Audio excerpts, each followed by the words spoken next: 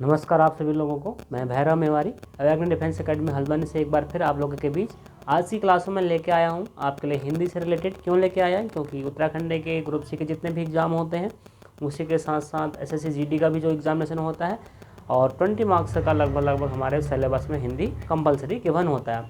इसी के अकॉर्डिंग लगभग देखा जाए तो 30 लेखक में कवि और लेखकों का परिचय और उनकी रचनाएँ आती हैं। तो उन्हीं से रिलेटेड मैं एक आज पहला कवि जो लेके आया हूँ आज की क्लास में वो है राम भक्त कवि राम बोला दुबे गोस्वामी तुलसीदास जी।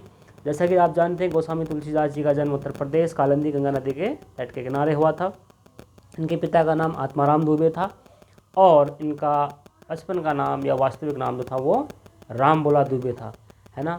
1532 में इनका जन्म हुआ और 1623 में इनका निधन हुआ था और ये मध्यकालीन कवि कहलाते हैं।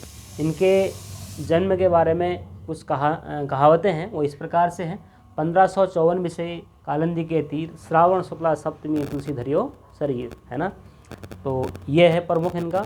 और इनको क्या कहा जाता है? राम भक्त भी कहा जाता है। साथ साथ ही इनमें को वाल्मीकि का अवतार भी कहा जाता है, क्योंकि महर्षि वाल्मीकि जी ने जिस प्रकार से रामायण की रचना की थी ठीक उसी प्रकार से गोस्वामी तुलसीदास जी ने रामचरितमानस की रचना की थी, है ना। इसीलिए इनको वाल्मीकि का अवतार भी कहा जाता है, राम भक्त भी कहा जाता है ना।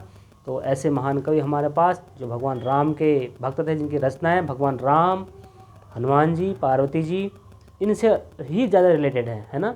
तो सबसे पहले इनकी रचना जो होती है वो रामचरितमानस जो फेमस है ना। रामचरितमानस, हनुमान चालीसा, जानकी मंगल, पार्वती मंगल, देखो रामाज्ञ प्रश्न और हनुमान बाहुबक।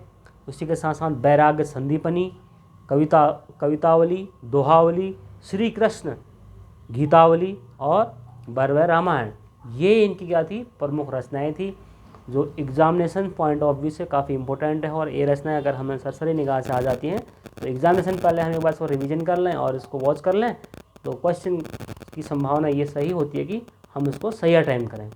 तो आज की क्लास में इतना ही। Thank you, have a nice day, take care, bye bye.